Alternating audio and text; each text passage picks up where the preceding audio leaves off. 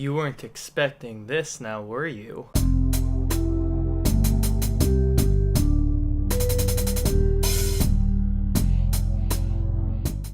Yes, so the reviewing series is not coming back.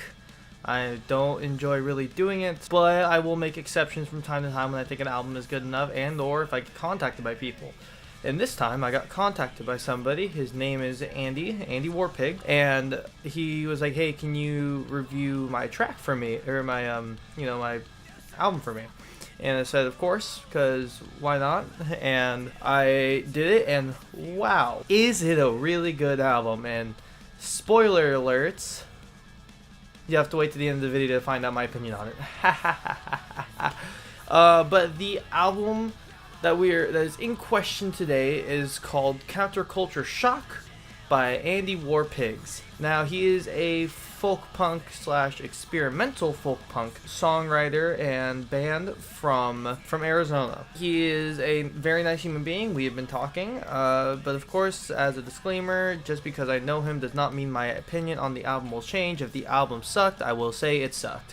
And if it's great, I will say it's great regardless of me knowing him or not. Y'all know that because of the Raw review.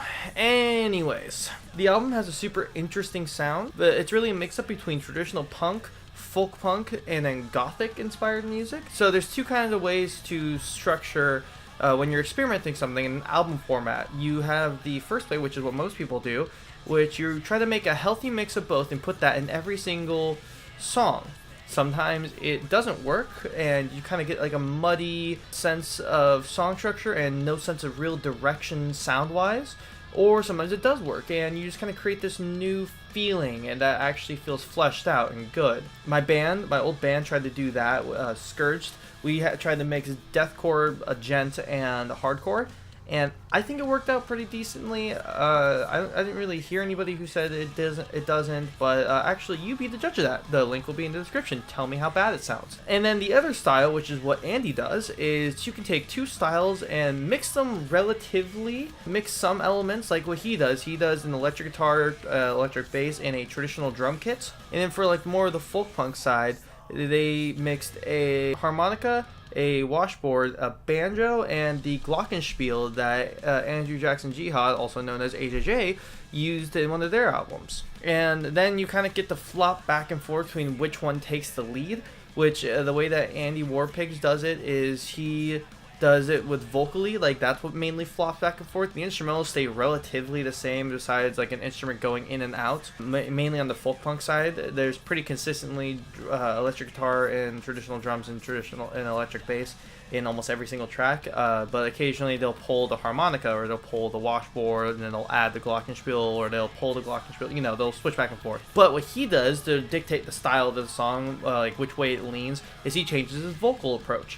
He will either sing in a very baritone, very low voice with a lot of rasp and crackle like a fry vocal, or he'll sing in a very higher up kind of pop punky alternative-ish style that some of folk punk has, like if you look at AJJ and Pat the Bunny. Then he kind of just goes with that, and that's how you can kind of tell what style the song is leaning more towards. The mix on the album is very, very lo-fi, I would say. I wouldn't say super lo-fi, it seems selectively lo-fi. Like it's mixed well enough so that it's not muddy so you can hear all the instruments, but it's not mixed so good that it sounds pristine and too pretty and too well produced. There's still a lot of grit to the album. There's still a very raw aspect of it, especially in the vocals and in the guitar. It's got like a really nice rate of sound because, like I was saying, some songs take more of a folk punk approach, like Blue Tuesdays, which is very kind of a folk punk vocal delivery and with more folk punky instruments in there. Then there are songs like Bowie Kids, which is a very gothic inspired song,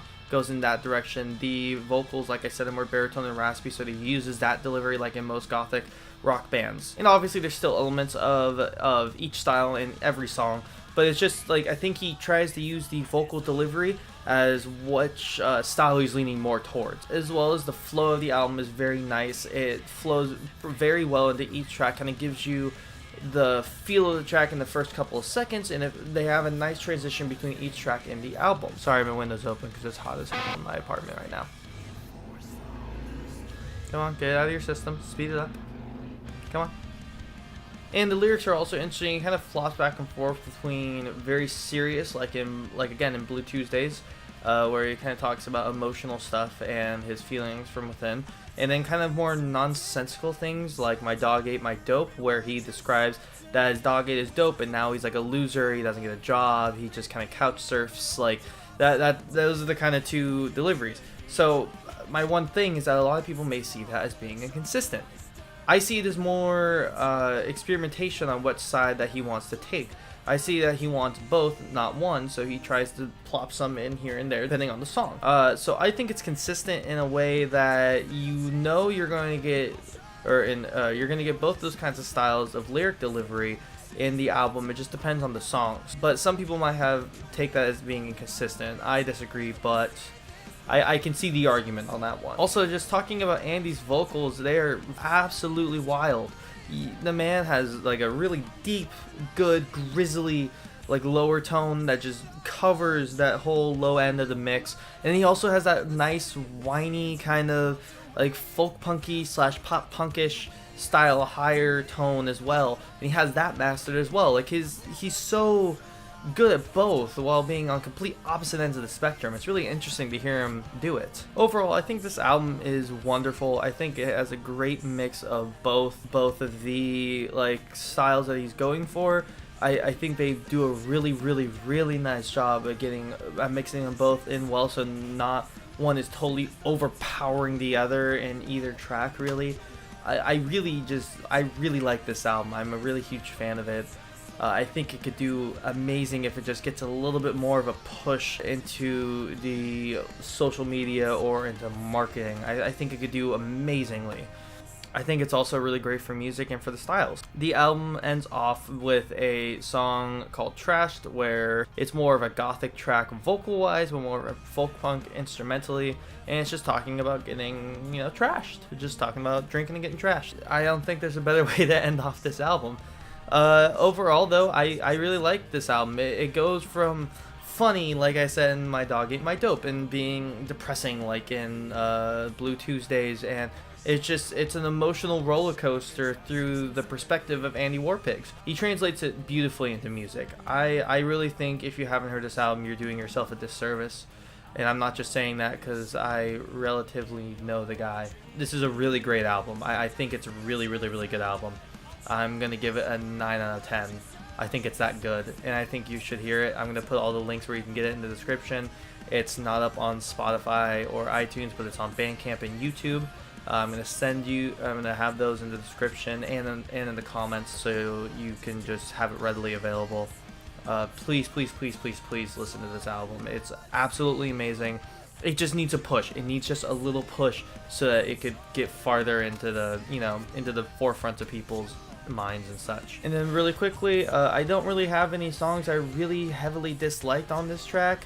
There are some songs that I think kind of didn't really fit as well into the mix as others, but I didn't really dislike them. It's just that they didn't quite fit into that puzzle piece for me, and that's the only reason why this album isn't getting a 10, by the way, is that in the inconsistency argument. So I don't really dislike any tracks. I didn't put any in the dislike, but the ones I liked the most were My Dog Ate My Dope, Blue Tuesdays, and Trashed. I really like those three specifically. But anyways, that is this album. I'm linking to all of Andy's socials as well in the description below, and I am linking to all of his music as said before. And then let's just get into the back end of this video. Here are the artists who made the backing tracks for this entire video. Here are all their projects or whatever they wanted me to put on this end card.